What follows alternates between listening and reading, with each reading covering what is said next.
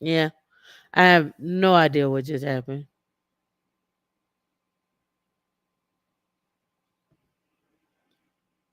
I don't know.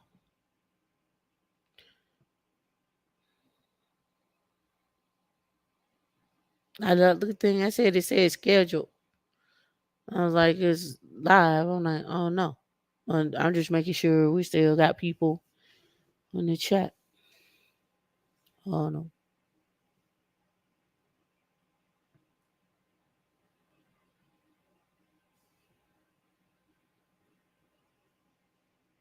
Okay.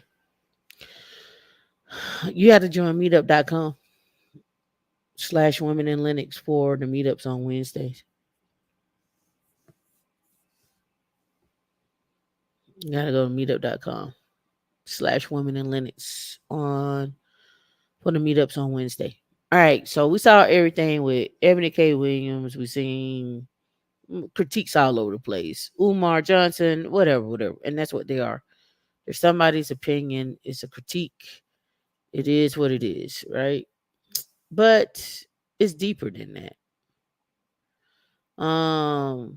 When I say it's deeper than that, is deeper than that. So I was thinking about this morning, and let's go over what critique means. Um, and what critique means is, and let me blow this up. It's an analysis. It is an essay, but I even went one step further and said, well, what are some synonyms to critique? Right? Criticism, an examination, a judgment, commentary, comment, an assessment, an appraisal. All critiques. But I want to take this one step further. Some of you, and I think this goes for everybody, it could go for everybody. Some of you take critique or criticism or an assessment or commentary, or like they say here, or comments. Let's blow it up a little bit more so you can see it, right? These are synonyms for critique. A review, and you take them as the truth to your life, as to the truth to where you are, as the truth as to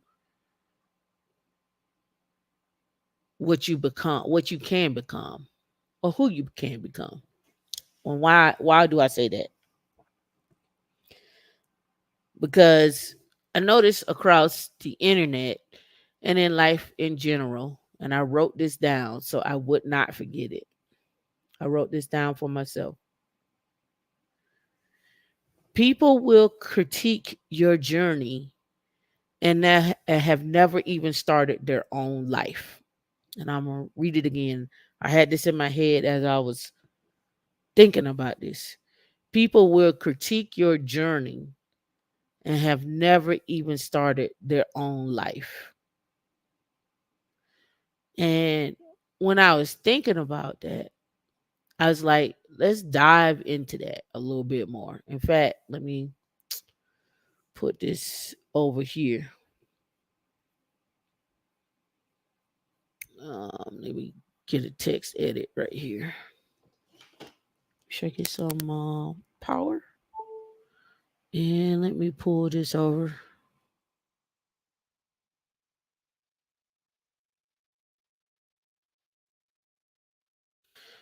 And let me pull this over to the screen.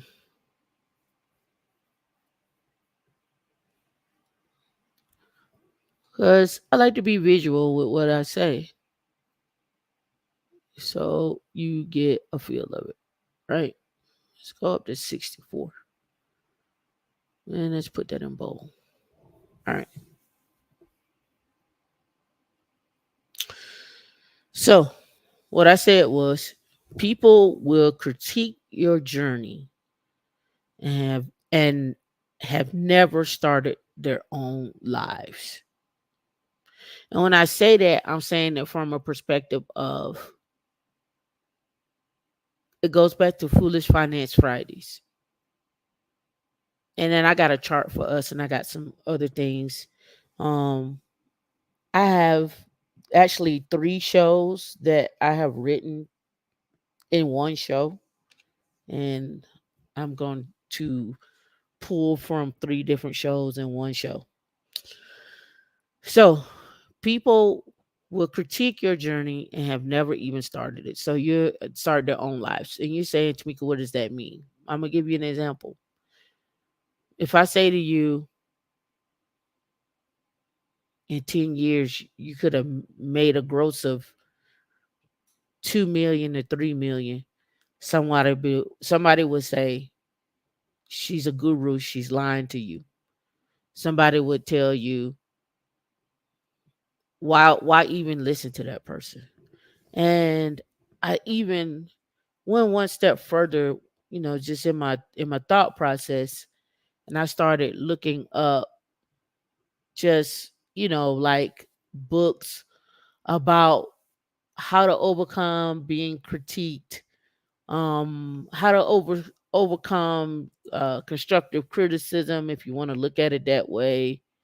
I just started looking at it, right? And I'm trying to see.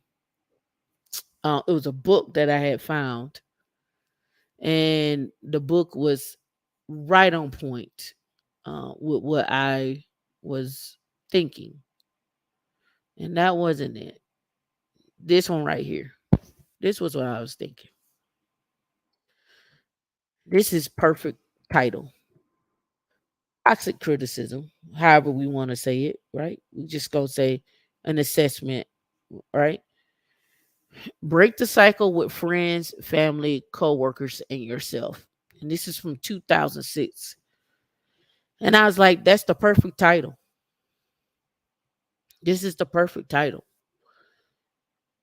Toxic criticism, whatever. Let's just call these things, bluntly put them, if you want to put it this way, as obstacles.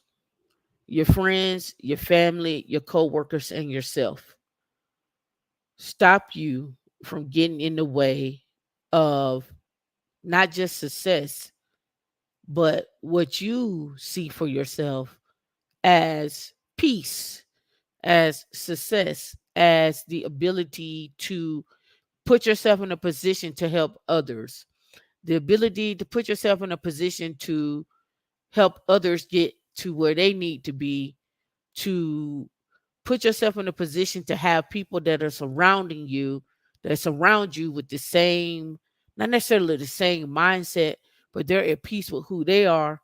They're happy for your existence. They're happy to see you grow. Some people are not even happy for their own existence, much less yours. Some people are even not even happy to even see you grow because they don't even understand growth themselves. So they can't be happy for you, right? And I got to thinking about this over and over and over again, right? And I thought about multiple things as I was creating today's show. And I've been thinking about this for a while. All right. So I went out and I was like, okay, um, what are some articles that people have written from a psychology perspective? What have people said and so forth, right? So I'm not going to read this article. We're just going to talk about it, right? Um, Turn criticism into an opportunity of growth. Simple 5 step. But let's stop because first we need to recognize what criticism is, right? We need to recognize what it is. I'm going to give you an example of what criticism is that can be delivered to you as I'm just trying to help you out, or I just want to shed some light on some things for you, right? This is perfect. And this goes back to Break the cycle with friends, family, co-workers, and yourself. Right? Break the cycle. So I'm going to start with yourself first. Let's start with you first. Because you'll say to yourself, man, um, I wish I could do that. I wish I could be that smart. I wish, that um somebody put a silver spoon in my mouth. Man, I wish I had a mom and dad like that. I wish my mom was like that. I wish my family was like that. I wish. But what can you do about it? You just got to deal with the hand that you dealt with, right? That's it. That's dealt to you, right? You hear that all the time. People say that all the time to themselves, right? But I'm gonna tell you what I hear when I hear people say that. I don't like what I have as a family. I don't like where I'm at in life. I don't like myself. I don't know what to do. I'm just going to continue this life. It's boring and numb to me. And whatever happens, happens. That's what I hear. I don't know what you hear, but that's what I hear. Right. I also hear is I don't know what to do about it. I'm not going to do nothing about it. And I'm just going to sit here and I'm gonna swim on this street called Denial. And once I get down here to off of Denial Terrace, I'm gonna make a right on Denial Lane. And once I get to Denial Lane, I'm gonna pick up a couple of buddies. I'm gonna pick up a couple of friends, and we're gonna ride down, and we're gonna go to Denial downtown, right? We're gonna go to the now downtown where we're gonna meet up with all the other folks that critique, don't have nothing to positive say, don't have good nothing to say, don't ever have there's nothing never happy about their life. They're never happy about their own life.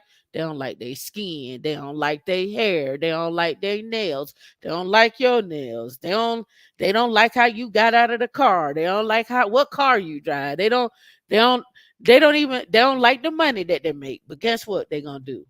Get back in the car, go back down from Denial downtown, make that left on Denial Lane, and go shoot up Denial Terrace to do what? Go to another club with another set of Denial people just rocking and popping. There's just denial everywhere, right? Critique, criticism.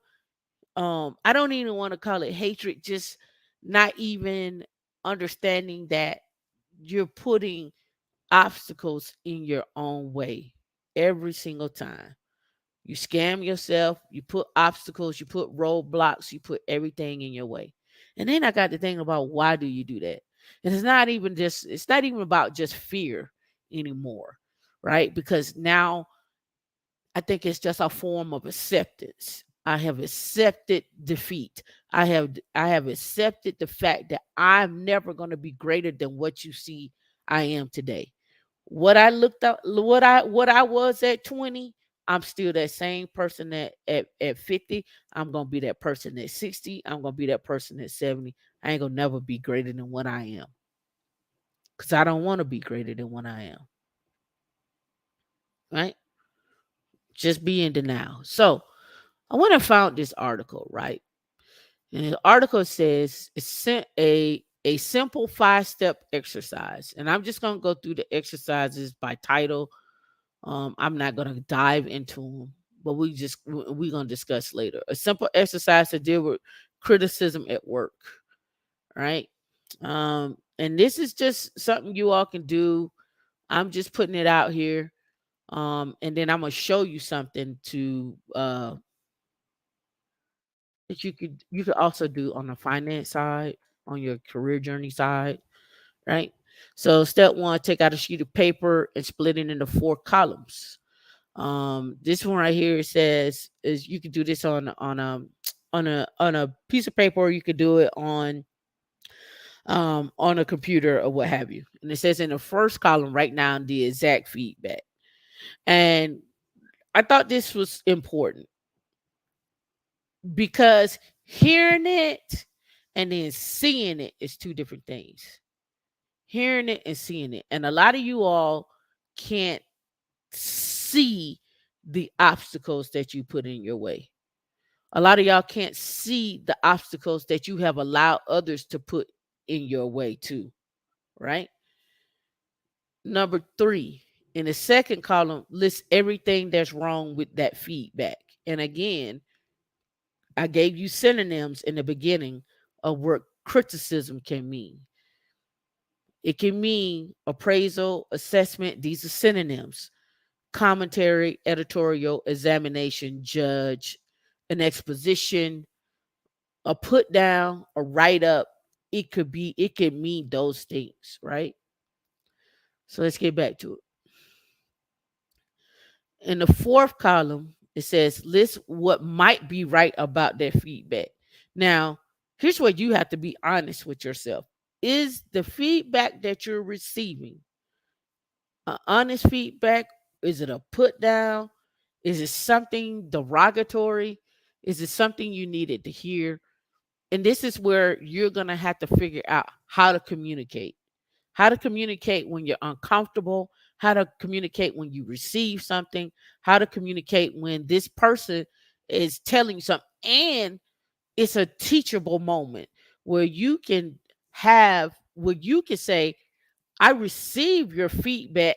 I did not like your delivery. Where you can say, okay, I want to have a conversation with you because I want you to understand who I am. Because some people just deliver and have no regards for their delivery, and they think they're doing something when in actuality they may be creating an enemy, or they may be pushing that person further into depression. And then, but then that's also understanding how to read the room as well too. So that's just my opinion. These are the things that I'm just sharing with you. All right. And then number 5 in the fourth column, commit to taking an action. Now, this is where people fail. This is where people fail.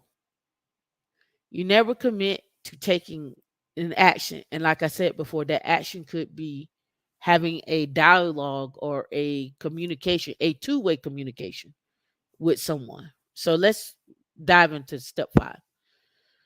Note down your next steps. This may be having a follow up conversation to clear the air, making a correction, or simply letting it go and moving on with your day. And when I say, when I read this part right here, simply letting it go, I don't think you ever really let it go.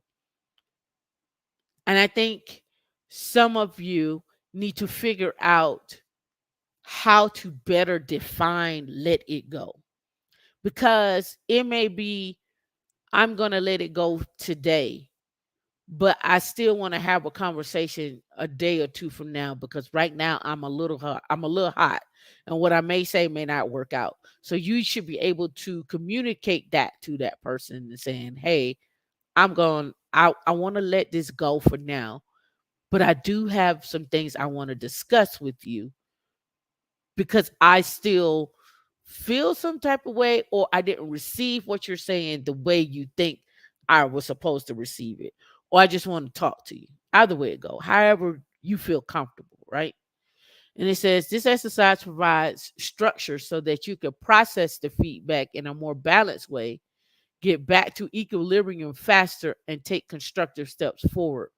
Remember, receiving criticism is a fact of life, and it can really bring you down if you let it. By having the tools to process it, you're able to recover more quickly and shine the contempt like the content competent professional you are. All right, so why did I bring that up? All right, so I brought it up because when I was on Cherie's show, one of the things she kept iterating on Black women making money was, um, what get a coach to help you with your decision on a 1.5 million decision, right? And I've always strived for everybody that comes here to aim for 200,000. I've been saying it for years. I actually pushed it up to 300, but I know that by me saying 300,000, the immediate critique of yourself and the obstacles and the roadblocks go up quickly. If I say 100,000, I feel like I'm doing myself a disservice to you. So, because it doesn't make sense to me. But if I put it at 200,000, I'm okay with that. But 300 is really where I want you to be. But 200, I'm okay. But if I say that 300, roadblocks go up, and I often don't understand why those roadblocks go up. And so I got to thinking about what are roadblocks? What are roadblocks? And so I'm going to ask you to put in the chat what are roadblocks that exist in your life. And are those roadblocks, do you need help with those roadblocks? Or are those roadblocks that people have put on you? Or are those roadblocks that you have put on yourself?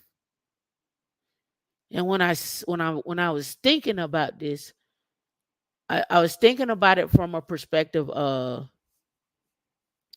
how can how can one person write down their roadblocks and not and well let me rephrase it. How can one person not see those roadblocks? It may be helpful to write down those roadblocks, and out of each one of those roadblocks, and this is why I brought this article up, write down what are your steps to remove those roadblocks, right? I'll put this link in the back for you all, and D can shoot it out. All right. So I started thinking. I said, okay, overcoming critique. What is out there for overcoming critique? Then I was like, okay, how can this is an article from 2012. How can we turn criticism into cash? How can we turn criticism into cash, right? So I got to thinking about my story. And so I'm going to share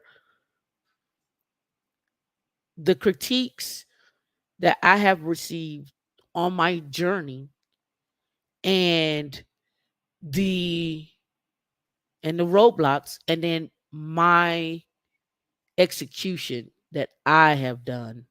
And then we'll get into different critiques, and different ways to execute. And I have a diagram to share. It's not complete. You've seen it before, but I've added some things to it because I want you to get in the mindset of what does it take for you to make 200, 300, 400, 500, 600,000? What are your roadblocks to get to that level, and who put them there?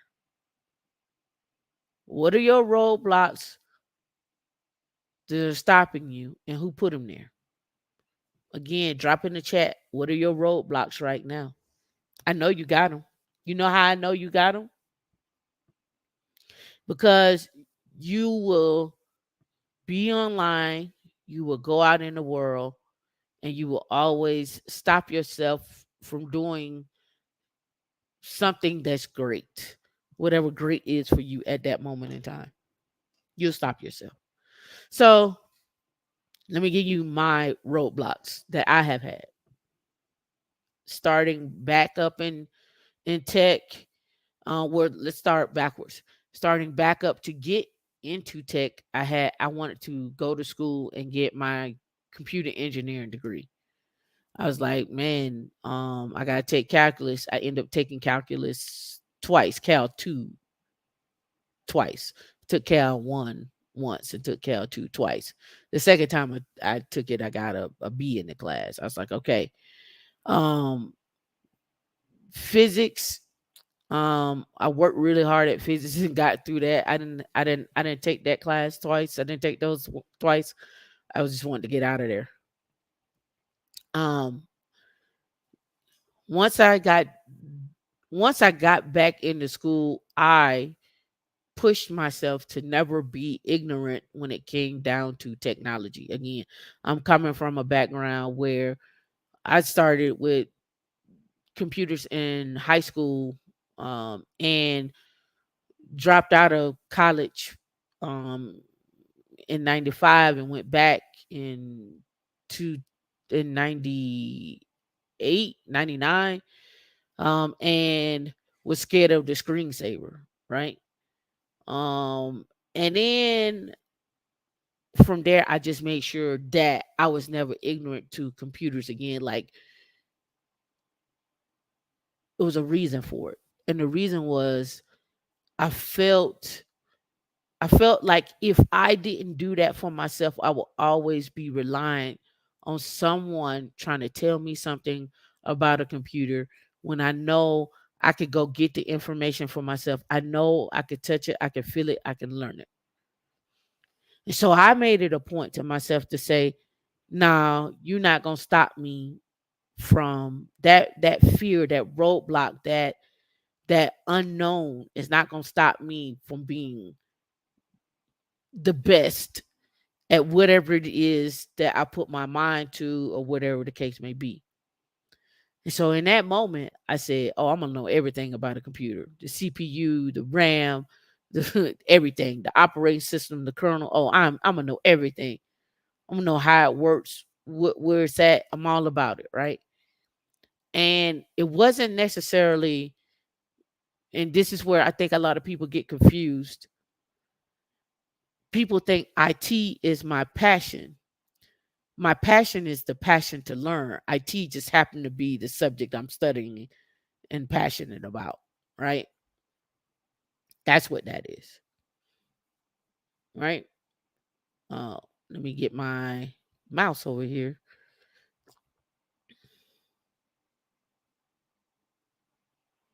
right? And when it comes down to placing yourself and positioning yourself in places where people don't look like you, where people don't listen to the same music like you do, where people don't even may not even know that you in the room, we get this fear of, I am going to get drowned out in this crowd, when it's actually a leverage for you. It's a leverage for you. I'm gonna read that come in a minute. Walking into a room where you're the only one is leverage, because now you stand out and they all look the same. And so now the question becomes is, why does that person stand out? How did they get in this room? And it's going to come at you. How did you get in this room? Who let you in? Why are you here? What are your credentials and what are your background? And I'm okay with asking those questions, because now I'm going to ask you those questions. How did you get in the room? Why are you here? Who let you in? And why are you still here? Because just like you critiquing me, just like you are doing an assessment of me, I'm doing an assessment of you. And what I learned from you is I'm going to put that in my toolbox, because that's a lesson that I'm going to take with me, because you're giving me information, you're giving me body language, and then you're giving me what I need. I need more ammo, because now when you tell me how you got in the room, who put you in the room, I need to go meet that person, Because when I go meet that person, I'm gonna ask that person them same questions that you asked me, because now what I'm doing is I'm using you as leverage to create my network to get to where I want to go, because you have now introduced me to a new network, because you critiqued me and you made an assessment of me. But now I'm going to use you as leverage to move in this room, because you're going to introduce me to people that you know that don't know me, that want to get to know me, but they're too afraid to come up to me and ask me who I am. They're too afraid to come up to me and ask me with clear communication to find out who I am as a person. So now I'm going to use you as leverage. And everybody in this room is leverage for me, and they're going in my network. And I'm going to hit you up in an email. I'm going to hit you up in a conversation. I'm going to stop you in the hallway. I'm going to hit you up at the water cooler. I'm going to high five you when we walking down the hallway. And that's what you're going to be, my new friend. And I don't even like you, and you don't even like me, but I'm going to use you as leverage. I take those obstacles and I turn those obstacles into leverage. I execute that on every obstacle. Every obstacle is leverage. Every time I see you, you gonna remember me. Why? Because I'm always gonna hit you with, how you doing? What's going on? You good? How's life? Oh, you don't want to say nothing back to me? That's cool. What's your name again? Got you. Let me go look you up. Leverage. Every obstacle is leverage, but you got to figure out how to execute on that obstacle and turn it into leverage, which brings me to my other point. I want to say this: how do you turn criticism into cash? How do you turn criticism into cash? Because a lot of you would look at obstacles as a roadblock.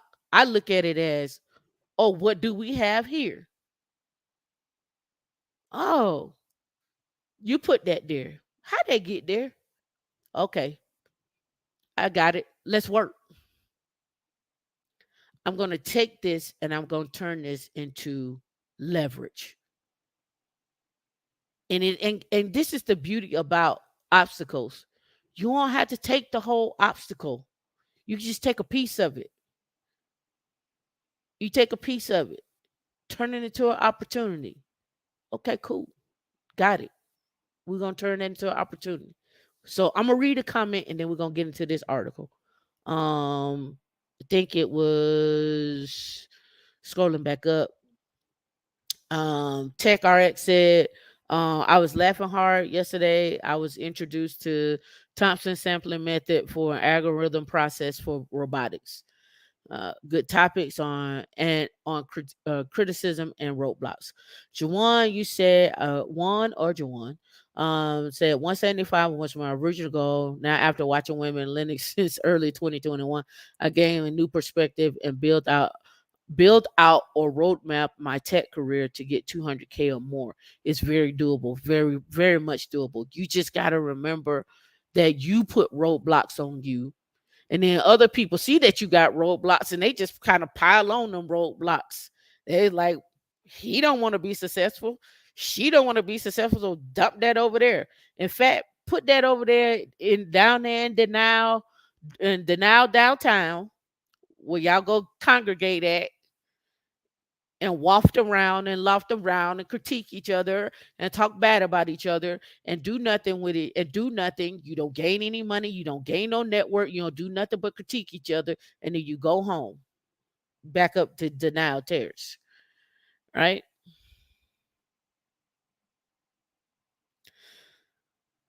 Sir Octavius of Williamsburg, I talked about you last night. Was you out slaying the dragons? You were slaying obstacles. Time management, need to create more structure and be more efficient to keep up with everything in life. Absolutely. That's right. Cigars with Mac. How did you get in the room? Right. So, how do we take these critiques and turn them to cash flows? Everybody that's in that room may or may not like you, but they're leverage to get to where you want to be. You got to be strategic about your moves, right? All right. So in here, this right here is from an article from 2012. I have not read it yet. I have not read it yet. I like the title. So let's see what they say. And this is from 2012, right?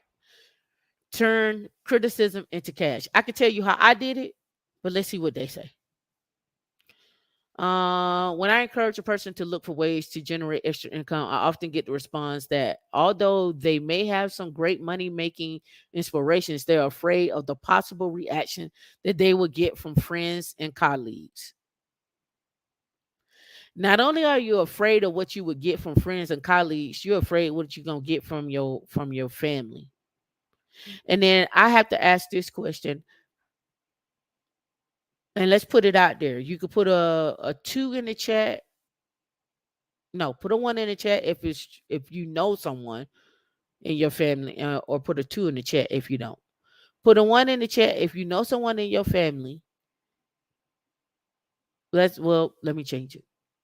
If you know someone that is in your family or in your friends or in your circle who has achieved more than 200K in their business or W2, put a one in the chat if you know someone in your family or your friends that have achieved 200K and up in their business or in their W2. Put a two in the chat if you don't know nobody. Put a one in your chat. If you know, put a two in the chat if you don't. Right? Now, the next question is those people who have achieved 200K in W2 or in their business, have they shared with you how they did it?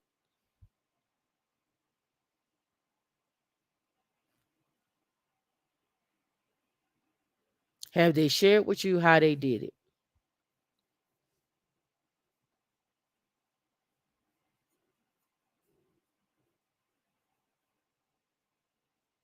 Put a one in the chat if they shared with you. Put a two in the chat if they haven't shared with you.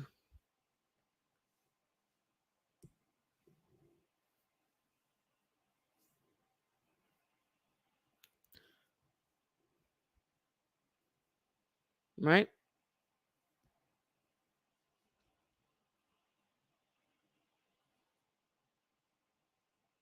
So now the next question is, do you know more than one person? Do you know more than one person that has achieved over 200K W2 or 200K in business? Do you know more than one person?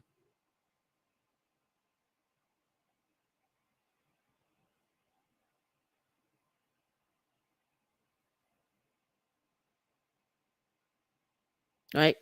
The reason why I say that is because you all will sit there and not share with each other how to get to 200K, how to get to 300K. You will be around people and you don't even ask them questions. You will be around people and don't even try to engage as to how they did it. You won't get around other circles to see how they do it. And then you put all this pressure on yourself, obstacles, critique, criticism, and say, I want to do it, but I don't know how. Well, you need to be in the rooms. You need to chart out a plan. I repeat myself over and over again. What are your skill sets that you already have? Have you rated them? What's going on? Like I say this over and over again, and you won't take the time to even critique yourself, but you'll receive critique from somebody else, and you'll take that as the banter to your life.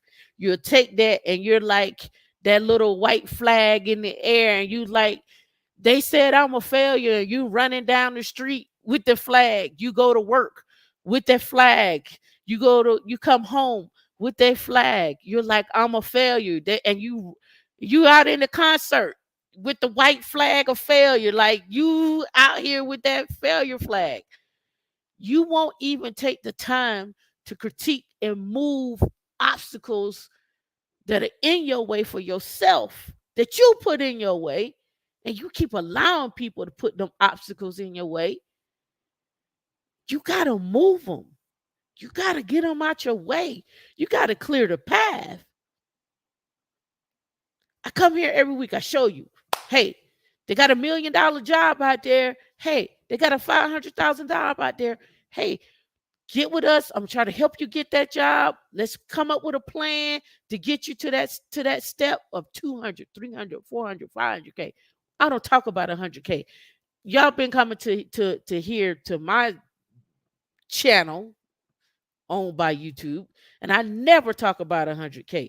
I don't. That doesn't even cross my mind because here's the critique I get from some people. Some people are like, "Well, 100K is enough to get people started, and once we get them started, then we can do whatever." Okay, yeah, yeah, yeah, yeah, yeah.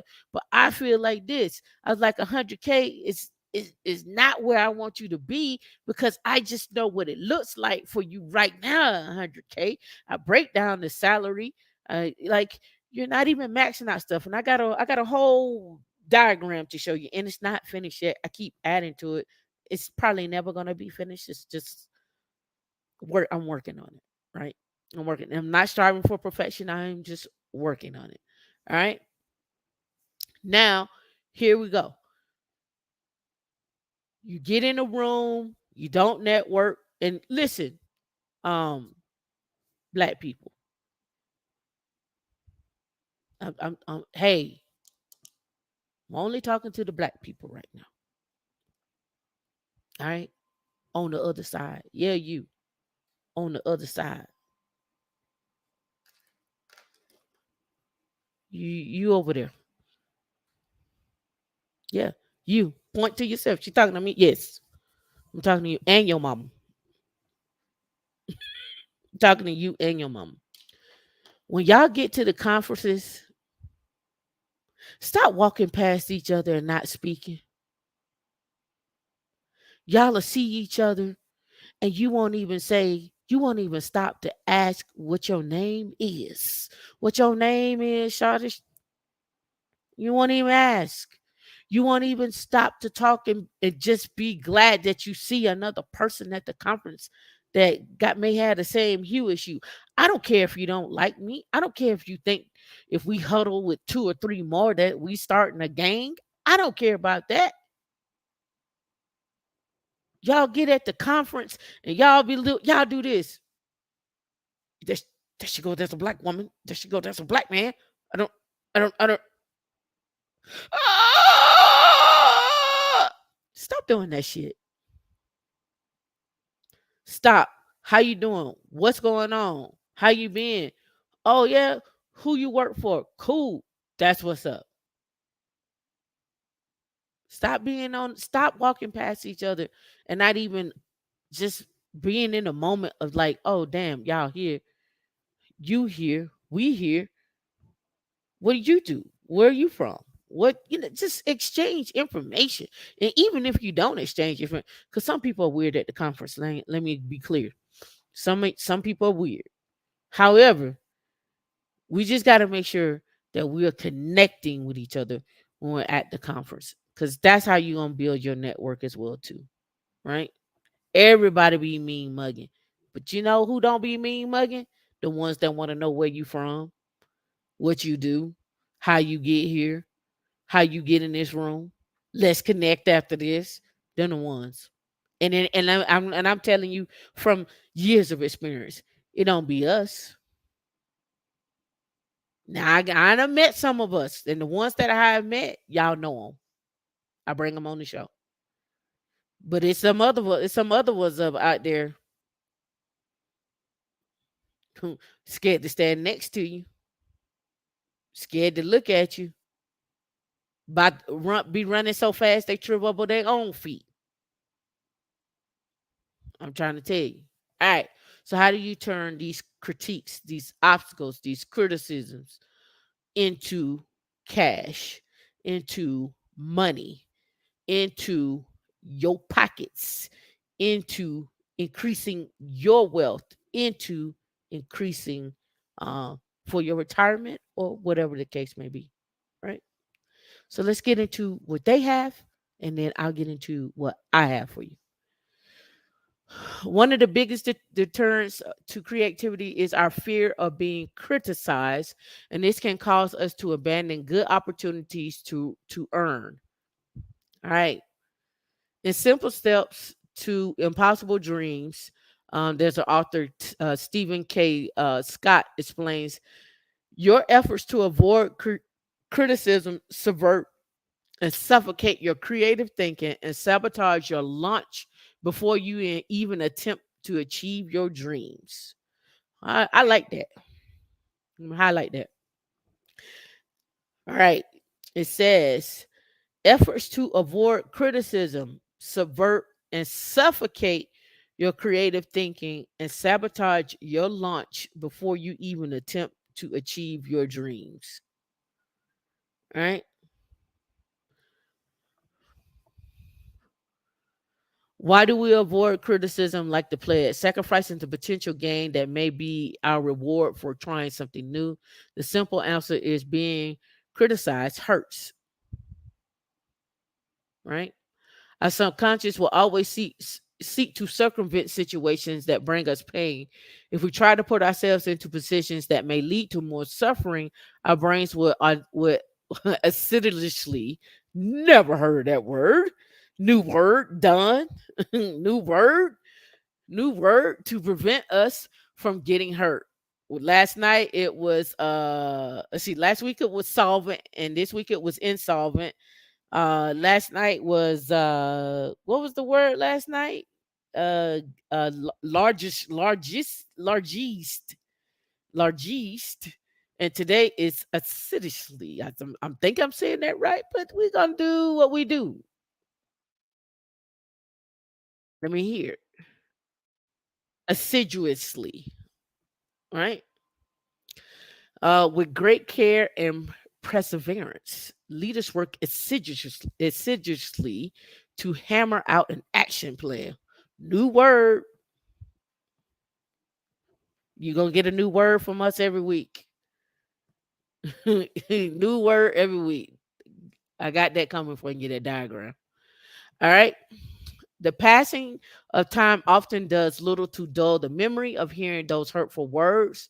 That's why I say you that writing exercise probably would help. In fact, Scott declares that criticism can be one of the most destructive forces in your personal and professional life. You constantly adjust your behavior not to achieve what's in your best interest, he reveals, but rather to simply avoid being criticized, right? In history, many great innovations, and ideas that could have improved the world have been stillborn because their inventors were too scared to proceed because of this debilitating fear. So, if words of approval can have a devastating impact on our mental, emotional, physical, financial well-being, how can it be possible to harness this negative energy and use it for profit? Turn your fear into a friend. Completely overcome the negative impact anyone criticism. Again, use them as leverage. Use them as leverage. All right. All right. So here we go. Let's get down here. The secret to turning criticism to your friend is to adopt a different approach to negative comments that you may receive. You need to analyze, and I gave you that psychology form or website on how to analyze that critique. Right, write it down. Right, it doesn't have to be your truth, but is there some truth in it? Right, now we need to take that critique and we need to turn that into money. Right, we need to turn that into profit, and it may not be money, it may just be profit. Right. All right, you need to analyze the critical words to determine their source, their accuracy, your own response to them. If you can carry out this process each time you're criticized, then Scott maintains you will become a stronger and more accomplished person. But I'm gonna go back to what I stated earlier when I first started this. People will critique your journey and have never even started their own life. So you need to understand the source of where that's coming from, right? Understand the source of where that's coming from, right? I put that back up on the screen. right? People will critique your journey and have never even started their own life. All right. So, first, write it down, then understand the source. Write it down, understand the source, right? Synonyms to criticism, appraisal, assessment, comment, commentary, criticism, an examination, judgment, an exposition, right? A review. These are synonyms to that. These are synonyms, right? So we're gonna take that and we're gonna move that phrase or that analysis that somebody made, and we're gonna write it down, because hearing it and seeing it are two different things. Hearing it, seeing it, receive it. Hearing it, seeing it, receive it. Right? So let's get back to it.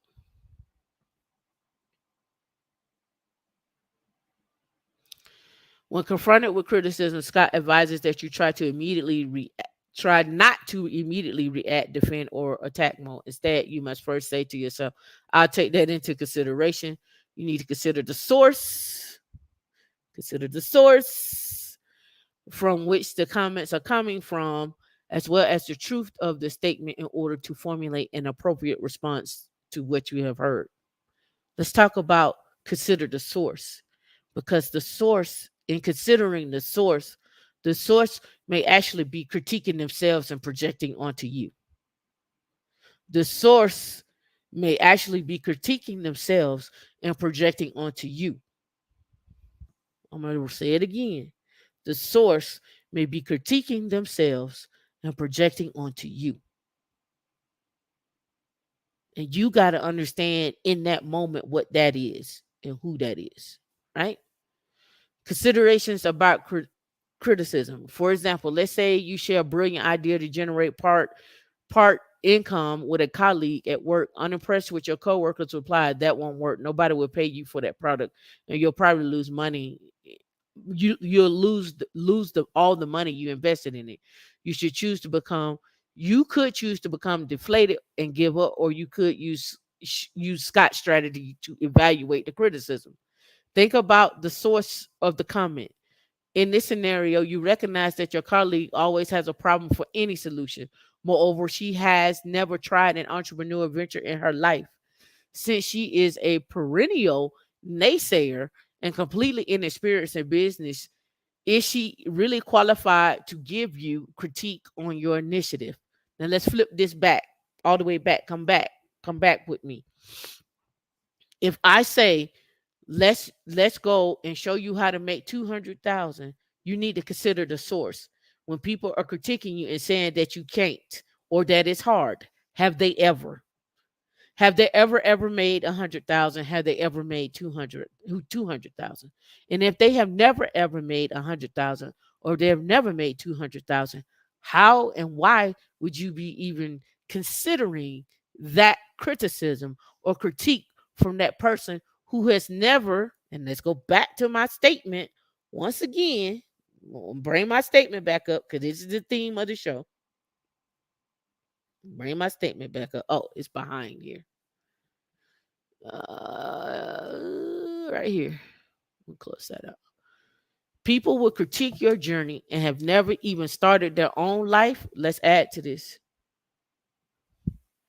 And have never been down the path in which you are going. Let's add to it,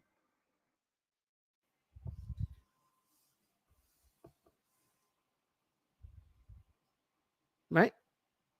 People will critique your journey and have never even started their own life. And this is a run on sentence by all means necessary here. And they have never been down the path in which you're going. And they will come to you and they will say to you that you can't make 100,000 and you can't make 200,000. That's only for executives and that's only for VPs.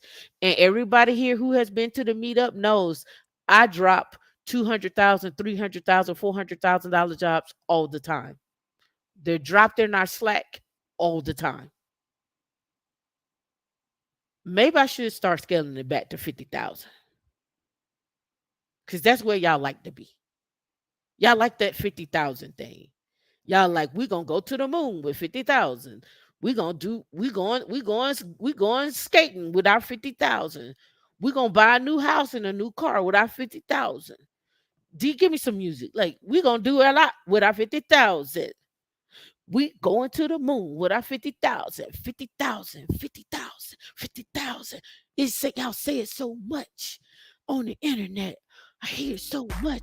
Internet, thousand, wow, 50,000 to the moon, 50,000. That's it. Bop, bop, bop, bop, bop with me. 50. Bop with me. 50. Billy Wop. 50. Billy Wop. 50. Bop, bop, bop. Going to Paris with my 50. 50. Going to Paris. Going to see Usher with my 50. I'm going to see Usher with my 50 and sit in front row, riding first class with my 50. That's what y'all say. I hear so much. I hear so much. I hear so much that I think every time I get it, I see it or hear it coming, I get a stomach ache. All right. Think about the source. Has that person been on your journey? That's right. Millie Wop with my 50. That's right. When y'all see 50, when y'all hear somebody say 50K, y'all gonna be like, Millie Wop with my 50. Millie Wop with my 50. Millie Wop. Yo, let me go. All right. Has this person been down that path? Then you need to consider the accuracy of the statement. Scott discloses that criticisms often have a negative truth that can help to improve your behavior, attitudes, or ideas.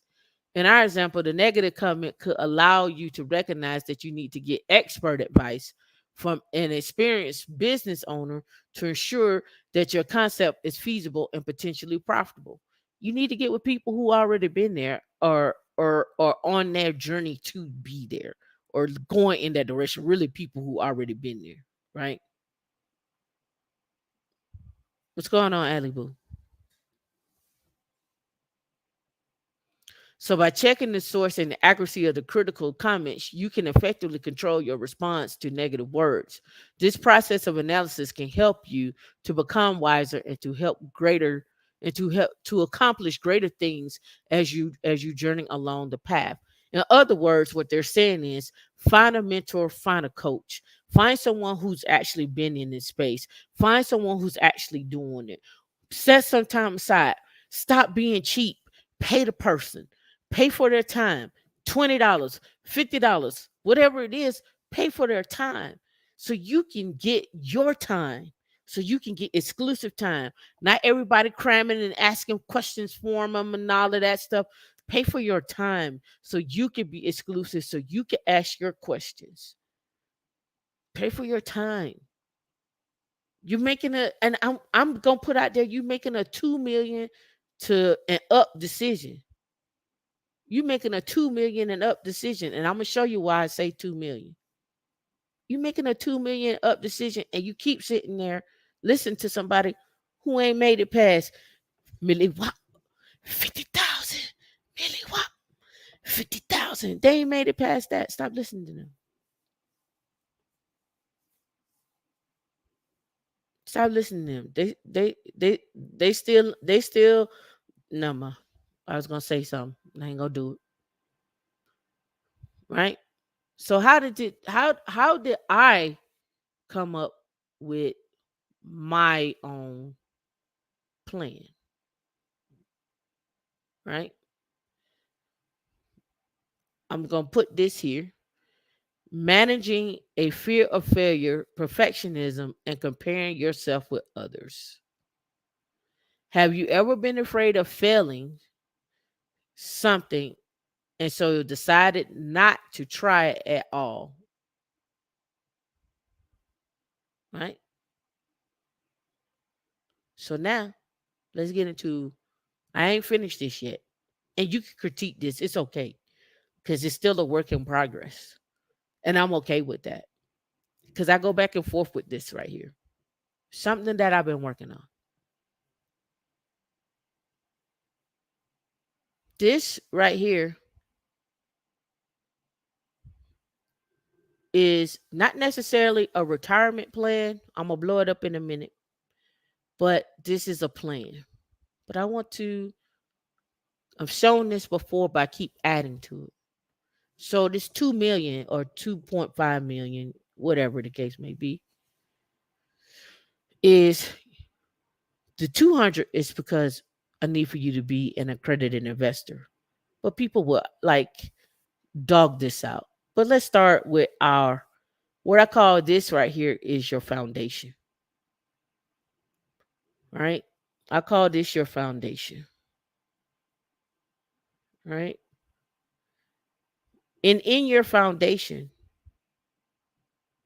first we need an exit strategy and then work backwards. And you can come up with whatever that extra strategy is. But I also have a I also have a chart on what an exit strategy can look like. And I've designed that exit strategy. I've done one for myself. I've done one for both of my businesses. I've done one for different ones, right? But foundation, calculate how much money you have made. You can get that at ssa.gov. Sign up, go calculate how much money you have made. And then look how long it has taken you to make that money, right? Foundation. We still on foundation. Pay off your high interest debt. You should be setting up your HSA. Investing into yourself is training. This is adding, this is our skill stacking and maxing out your 401k and starting with your emergency fund, right? And you want to build that out for a year. And I figure you'll be at 120k to start this out. Then after a year of this, you probably have to job hop to get to that 150k. But now with this foundation and this setup, and I'm literally about whether you should be introducing strategies at this point, because right now some of you don't have your foundation set up to even implement strategies. So we're not gonna worry about that just yet.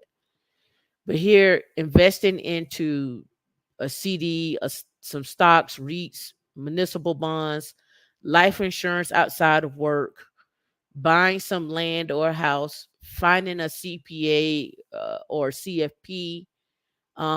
Here, still including what this foundation is up here, so you could just kind of transpose this into this here. And I put maxing out your 401k because I still want you to do that. And I put here attend Toastmasters. And people are like, what the hell they got to do with my financial journey? Attend Toastmasters. It all goes back to critique. So attending Toastmasters is going to get you in the room with other people where you can network. It's going to get you speaking in front of people and learning how to speak. And this goes back to the video we watched last week on how to use your tone. You're going to learn how to use your voice. You're going to learn how to advocate for yourself. You're going to learn how to read the room. You're going to learn how to network. And you're going to learn, most of all, how to turn that into money, into a profit. Your voice, your speaking engagements, your attending conferences and so forth, you're going to learn how to turn that into profit, right? Put a one in the chat if you're with me so far. Let me know if you're lost. because we're removing obstacles. Because when you go to Toastmasters, you're going to learn how to listen. You're going to learn how to respond. You're going to learn how to speak. You're going to learn a lot of things. And this is what speaking is going to help you with, because you need to learn how to talk. You need to learn how to advocate for yourself. You're going to need to learn how to do that in rooms with others. You're going to need to learn how to practice that when you're talking in an interview. You're going to need to learn how to do that when you're pitching your business ideas. Um, how what your speaking voice is on paper when you're writing and responding to proposals or to an email. Your tone and your voice is everything,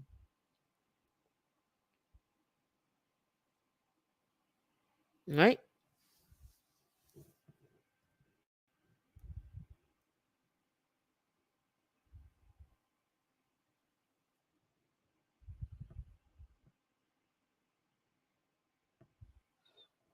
All right.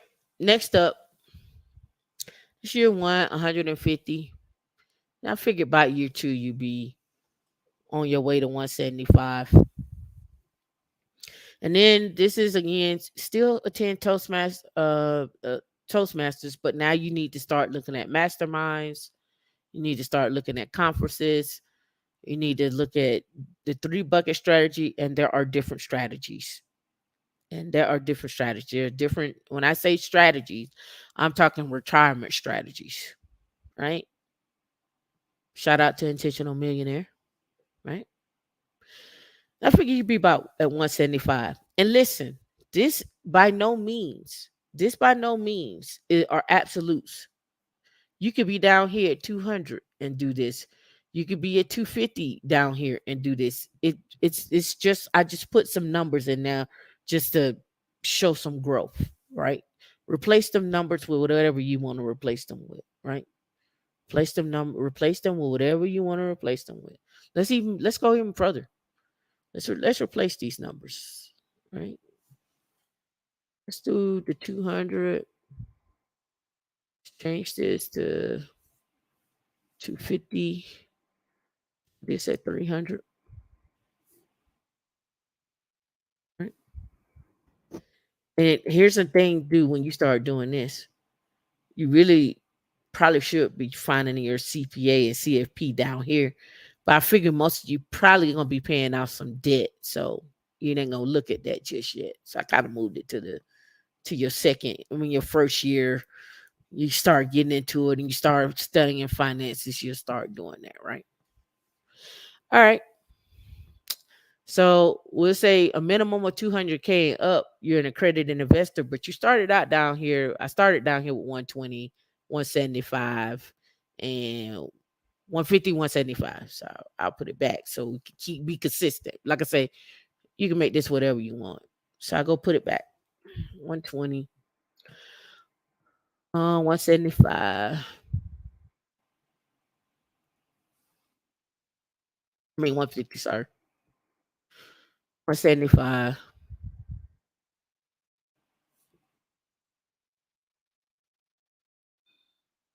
And then accredited investor. Now, out here on the side, different opportunities will open up for investments at this stage.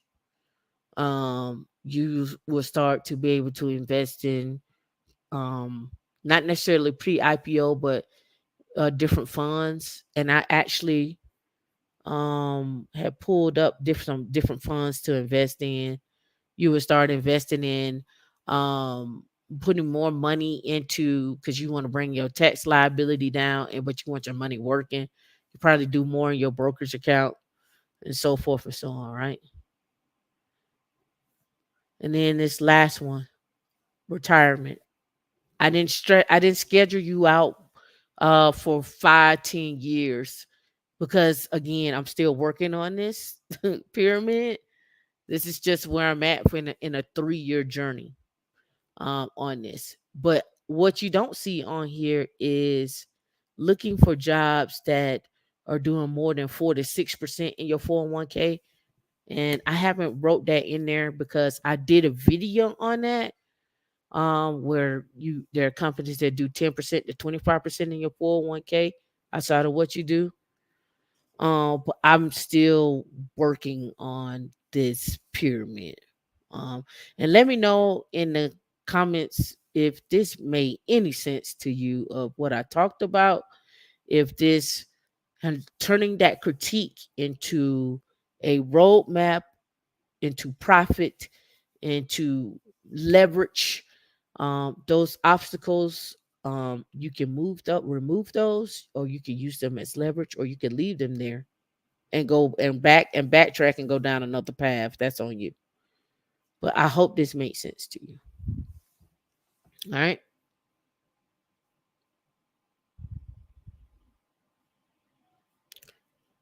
I'm looking here. I'm trying to see where I wanted to go next.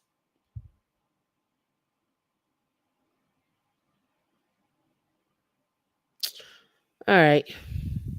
I know where I want to go next, but let's get into part of this here. I had REITs and muni bonds. So let's talk about those for a quick second. Um, this came from Charles Schwab, and this comes from U.S. News. All right, let me read the comments here.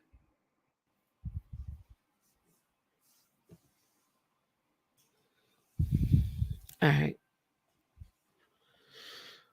all right. So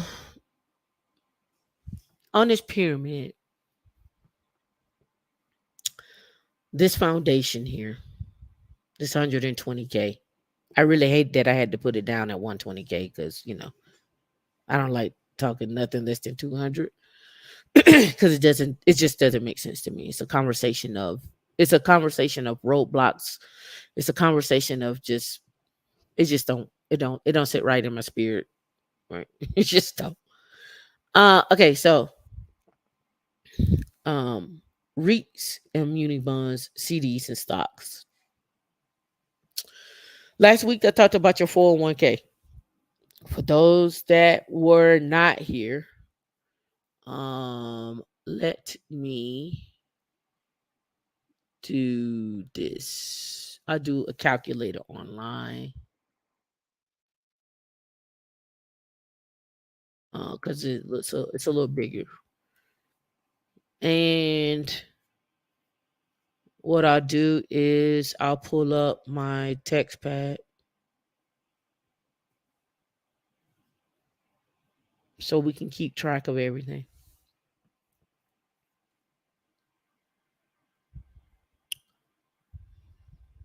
And we're gonna make this 48.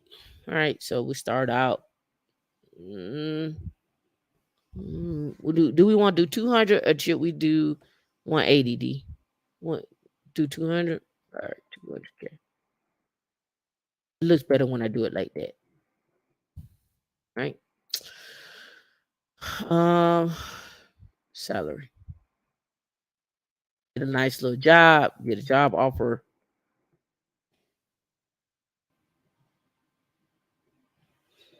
Yeah, I talked about Threads acquiring 70 million. They hired all the Twitter's folks that left Twitter and when they created it. His goal is to get 1 billion. And he'll get there. All right. So 200K in salary. Um company puts in 25%. And I'm just gonna be quick about this. And then we're gonna say, um, oh, let me put that right into your 401k. All right. And let me put that down there so y'all know. And you still contribute to your 401k by maxing 22,500. Um, you all should know this number. This 22,500 is 1875 a month. This is single, right? So I'm only going on a single person. So 200,000. Yep. By 0.25 is 50,000. All right. Let me pull my little thingy back up there. So employer puts in 50K. You put in for the year 2200.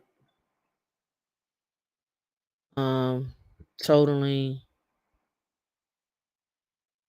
72,500. And I got to double check, which I did. I think there may be a max on that on a employer and employee, but I think this year I want to say it's 70, but I got to double verify that.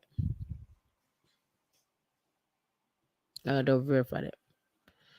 By the way, for all intents purposes for this is what in your first year, right? I'm not gonna worry about your bills or nothing like that.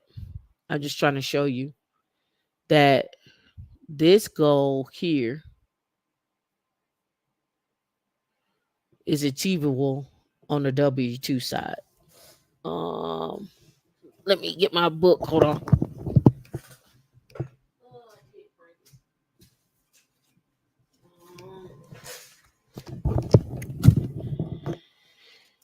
That book that I had before, right? The Employee Millionaire. It's a workbook, but this is more for the real estate side. I just took some important points out of it that I think that will help you out. Right? I took some important points, and I went over this book a couple of weeks ago. All right. All right. So this 2.5 million is achievable, and people will tell you it's not, and they will argue with you about it. But I'm trying to show you how you can do it. So we're not gonna worry about them today or ever. All right. So mm, you may get a raise off of that 200 after that first year. Off that 200K, and say you did well, company performed well. Say you get a 5% raise. I think 7 was a good one. So let's do 5%. Let's say you get a 5% raise, right? So now back to our calculator. We'll do this 200,000 times 5%. Um, 10,000. So you're at 210,000, right? And you multiply that by 0.25. So now the company is putting in 52,500. So now the company is putting in 52,500. They raised the limits to 23,500. So you're now at 70. No, you're at 76,000 in there. And I'm not gonna say that it performed at all or whatever, but we're gonna add 76 plus this 72,500. Right? So let's do that. Let's add this 76,000 plus this 72,500. 148. So I'm gonna be nice and say I'm gonna round up and say 149.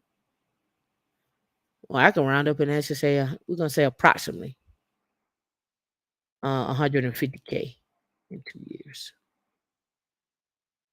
Now, how many of y'all in 2 years can save 150K?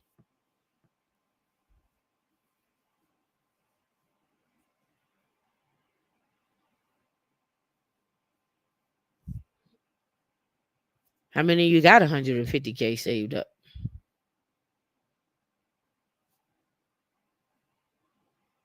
How many want 150K saved up?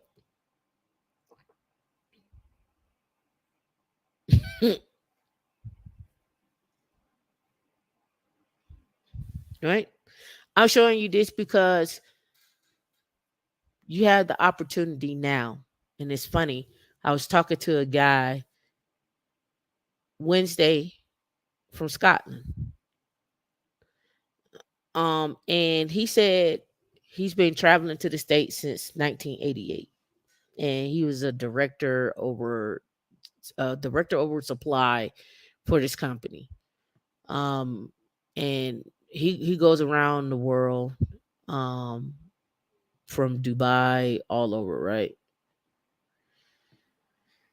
And he said to me, and we were talking, and he was like, I like your attitude, like how you think, blah, blah, blah, blah, blah. Because we just got to talking about financial engineer.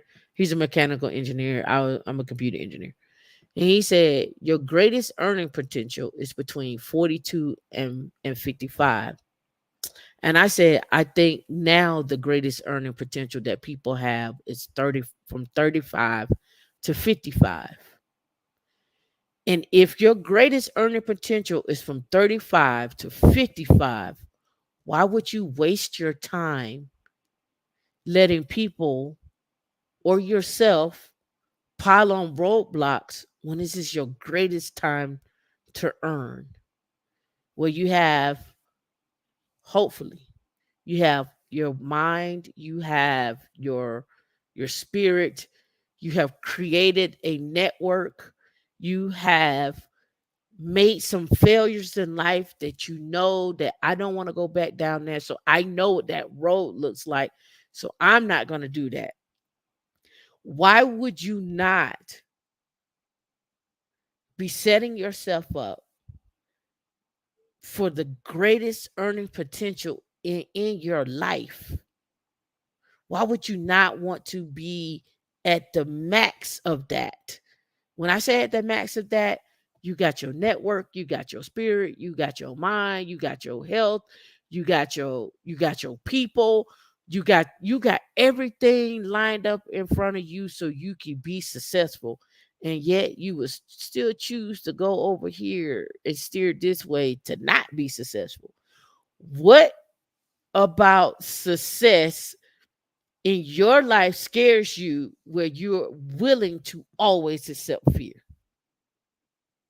What about success scares you where you're always willing to accept fear?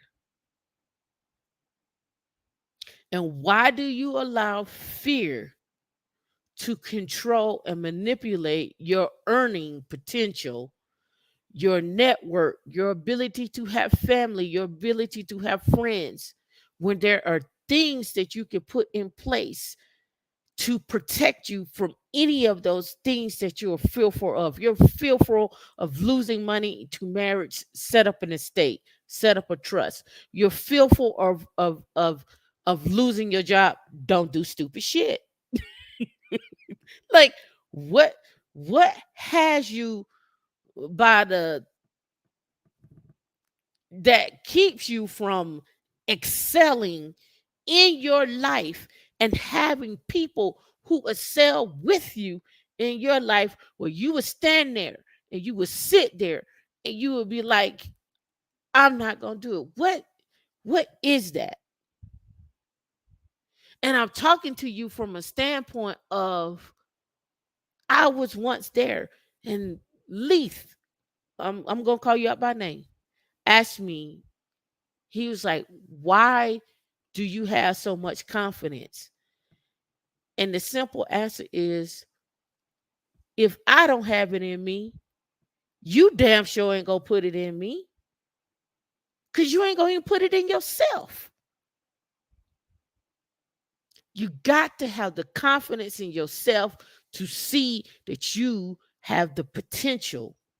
I don't even want to say the potential. You have the ability.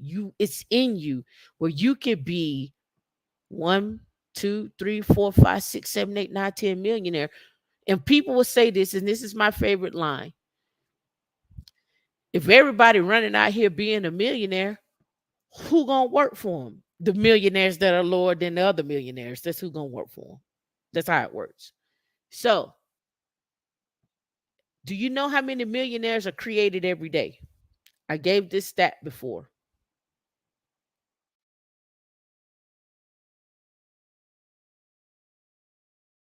1,700 people. So that means this week, let's go back to our calculator. We take 1,700 times 7. That means there was approximately roughly about 12,000 people became millionaires this week. Every week. 12,000 people every week. 1,700 people become millionaires every day here in the United States. But yet this number, give me my music, D.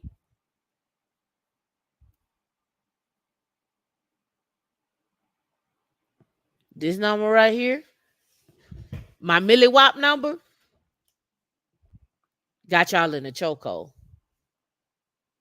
That 50K,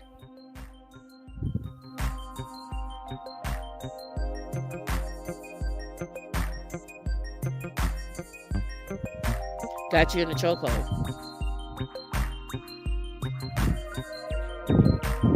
And then if I hit you with this number right here, this 100K, y'all died. You dead.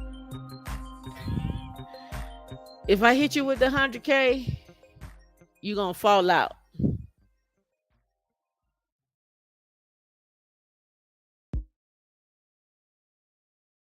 If I hit you with the 100K, you gonna fall out.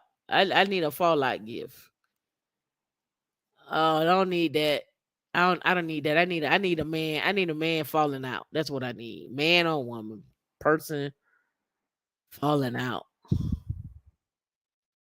That's what I need. Is this person gonna fall out? Nah, that ain't a good fallout. Dog, this one's is classic. This one right here is classic. Oh, they moved her. Oh, that's a good one too. I take all of them. I take all of them. Y'all all fall out. Why? Why do you fall out? Why? Why do you fall out at 100? What happens at 100? You know what? I got more on this, but I want D to drop the link because I want to hear from you. I want to hear from you.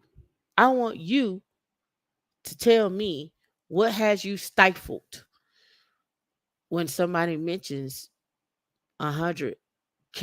What's stifling? We're trying to get to 5 million, 2 million, 5 million, 3 million, 4 million, whatever.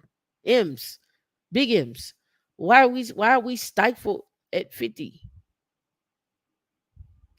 Right? Why are we stifled? I want to know. But I do have my while we got waiting for people to come up. I went and looked up what the seven best tax free municipal bond funds, right?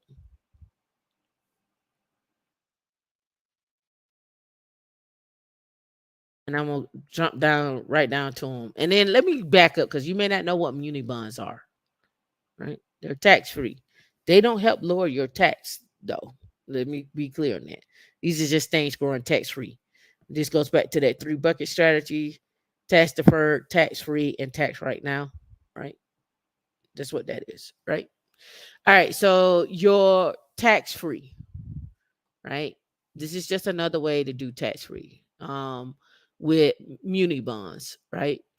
All right, sometimes the best way to earn better investment returns is by keeping expenses under control. Usually, this means keeping whether fees low, whether in terms of minimizing fund your expense ratios, or eliminating sales loads. By reducing these as much as possible, investors can maximize long-term net returns, which allows for greater compounding potential. However, a significant source of drag that often goes unnoticed is taxation on investment returns, whether in the form of dividends, income, or capital gains. Outside of tax advantage accounts like a Roth 401k or IRA, taxes quickly eat into investment returns. That's why you got to max it out. This is all the more. And then listen, you'll go to another website and they'll tell you don't max it out. Take that money and put it up. But again, you need to be liquid for certain things, and that's the investment fund. And some people are not liquid, they go throw it into the stock market for them to be liquid. And so here's another way. If you want to be liquid and grow your money tax free with municipal bonds, with being in the stock market, with being for your emergency fund. This is just one way, right? Um, the remedy: this investors can access a variety of assets designed to particularly tax efficient. Popular instruments in this category are municipal bonds. These are debt instruments issued by states, cities, counties, and other governmental entities to raise funds to pay for public projects such as roads, bridges, and schools. Right? And you can go to Vanguard and do a search on those too. In general, the interest income paid by municipal bonds tends to receive much more favorable tax treatment. The interest income is generally exempt from federal, state, and sometimes local taxes if the investor resides in the state of issuance. In terms of credit quality, municipal bonds sit somewhere between investment grade corporate bonds and treasuries in terms of default risk. Municipal bonds are generally a high quality asset class with very low historical default rate. What sets them apart is the combination of strong credit fundamentals and opportunity to earn tax exempt income, right? Tax exempt income. All right, so they name a couple of them here. They name seven. Vanguard Tax Exempt Bond ETF, ticker symbol VTEB. The next one is Vanguard Tax Exempt Bond Index Fund Admiral Shares, ticker symbol VTEAX. Vanguard Short Term Tax Exempt Bond ETF, VTES. And then this right here is just the expense ratio that they have on here, right? MUB, SUB, PFMIX. I'm in that one. And then Vanguard VWAHX is Vanguard High Yield Tax Exempt Fund Investor. And they go on to explain each one of them here. I just want to point out what some muni bonds that you can invest in that grow tax free. You're not gonna get no big return on them. This ain't I'm going in there and I'm getting 20%. This ain't that. Not for muni bonds, right? And so here Charles Schwab came out with this. Given attractive yields and strong credit conditions, we have a positive view on municipal bond market for the second half of the year. It says, and let me blow that up. That's really small.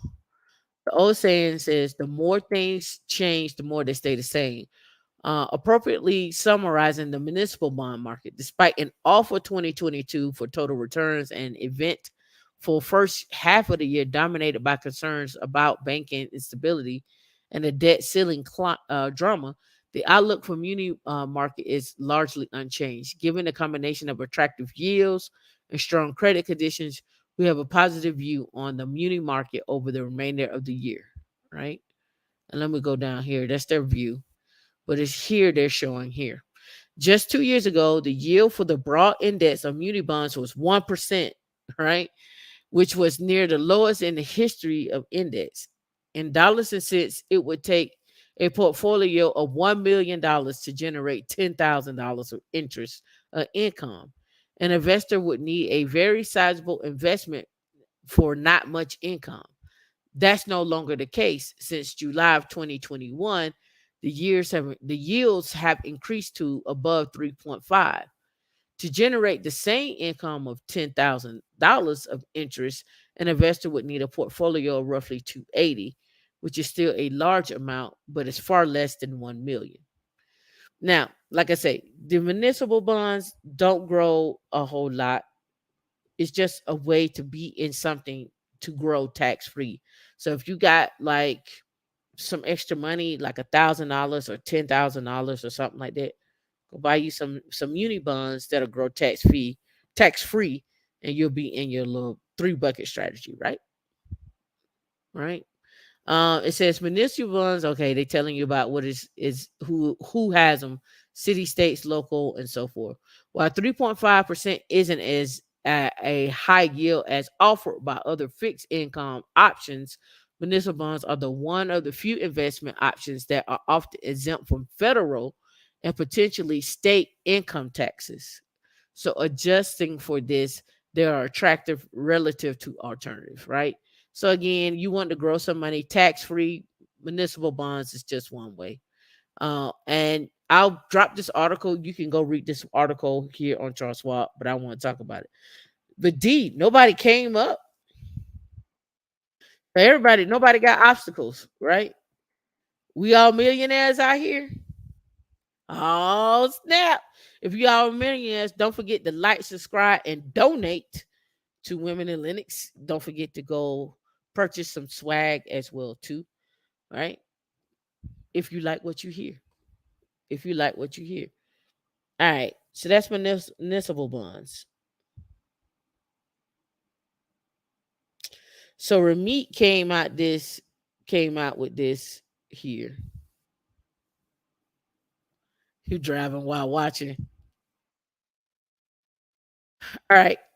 Number one way to grow your wealth according to a self-made millionaire is deceptively simple.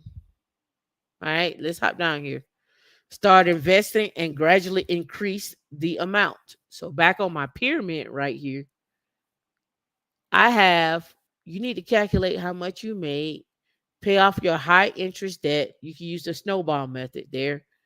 Set up your HSA, invest in yourself, mess out your 401k, and start building out your emergency fund, right? He has, and let me go back over here, start investing and gradually increase the amount. So you can start investing with your 401k, or you start with your brokerage account. Some people don't like 401ks.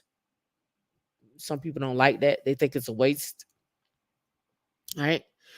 The first and most important way to grow your wealth is by investing. Invest a percentage of your income every year, automatically increase that percentage by 1%. Um, I am being aggressive and saying start with 25%. That's what I'm doing. With 25%, start there. Invested in a low cost index fund like the S&P 500 will allow your money to grow just as well as secret investments accessed by the rich. We also believe that rich people have access to secret investments that that they make a ton of money, right? That's how they make a ton of money. Listen, I have access to those investments. I can tell you right now, they typically do not perform better than the S&P index fund, right? So that push for the salary you deserve. Mm. I don't know. Do y'all do that? Do you push for the salary you deserve? What salary do you deserve based upon your skill sets? And do you know your skill set? What salary do you deserve based upon your skill sets? And do you know your skill sets? Put in the chat what salary you deserve. I know I know I better see some 50K in there. I know that much.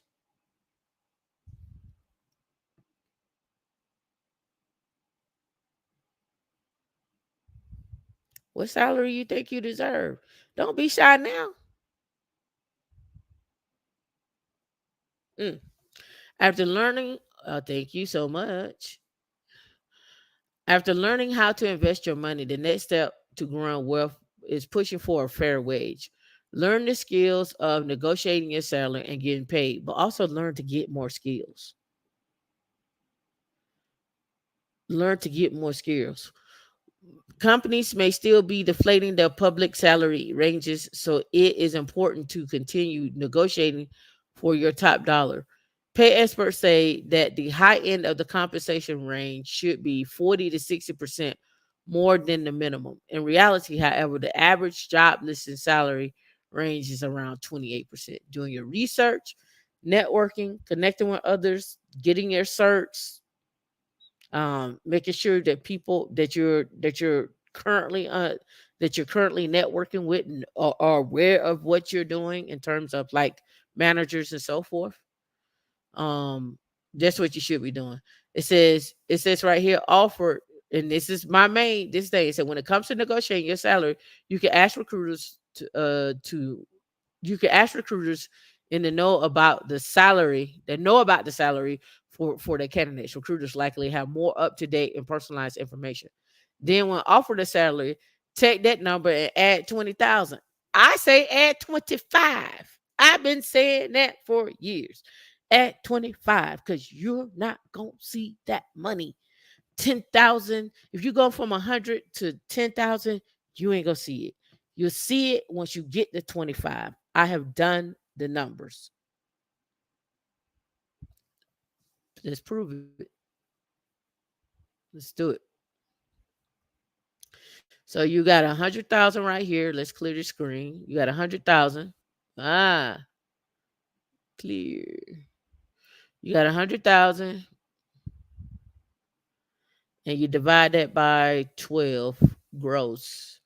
That's 83.33 a month. And you get another interview and they say they offer you 110,000, and you divide that by 12, that's 9166 gross. So minus 8333 is the difference of $833 from 100 to 110. Gross is the only difference is $833. So now let's do 125 divided by 12. Now minus the 9, the 833, and that's $2,000 gross, right? And divide that by 12. So basically an extra 173. But you can see where that 110 really didn't do anything. But you start to see it when you hit 25. He say 20, I'm telling you 25. So whatever number they give you, stack on 25 on top of that.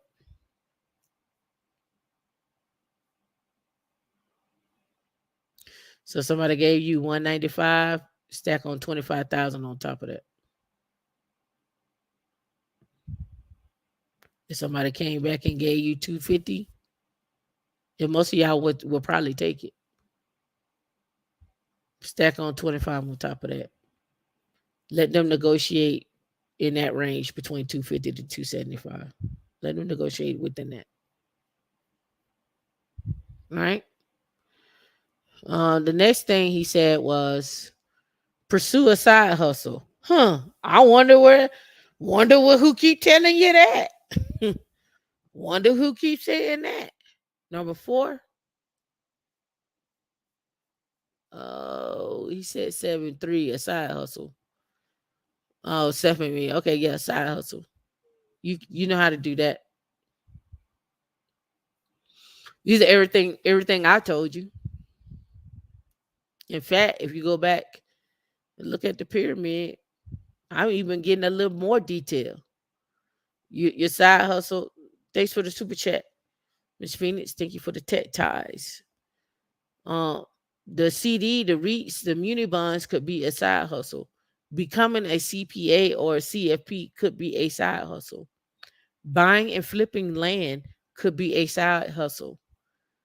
Teaching people how to speak at conferences or attend and critiquing people as they speak could be a side hustle, right?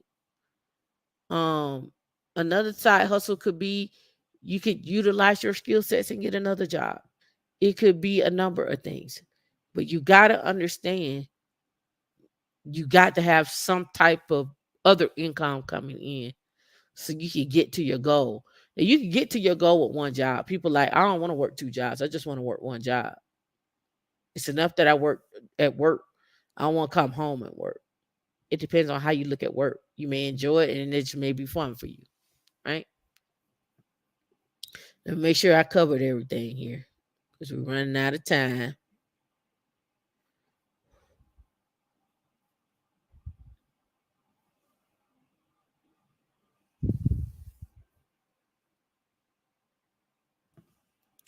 How to hedge against inflation. Millions of high earners pay this investment income tax every year. How to avoid it, right? Hedging against inflation. Um. Oh yeah, I forgot about this one. The job report came out. They added 209,000 jobs in June as the labor market cools. So they're saying that people are not putting more jobs out there, right? And let me blow that up some. And let me do that. But they added 209. The U.S. economy added 209,000 jobs in June, missing Wall Street estimates and reflecting a slowdown from the previous month. Data from the Bureau of Labor Statistics showed on Friday. It said they had expected 225,000 jobs, right? But they didn't get that. In June, unemployment rate was 3.6% down from 3.7. Economists had expected 3.6. There's a number of reasons compared to what Wall Street had been expecting, according to the data. Employment rates, average hourly earnings month to month went from point 0.4 to well, it went up to point 0.4 versus point 0.3 because it's 209 right now. And hourly earnings per year on year 4.4 to 4.2.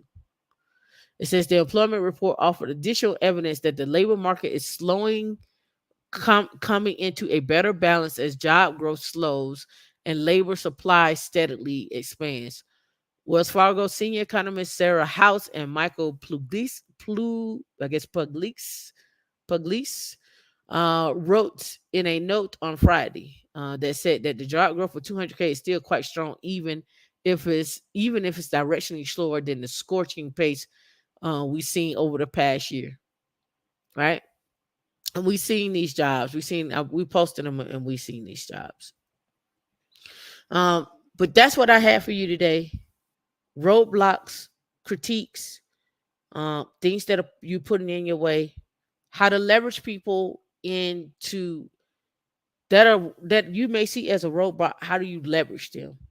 How do you leverage the critiques and the roadblocks you put on yourself and turn that into money?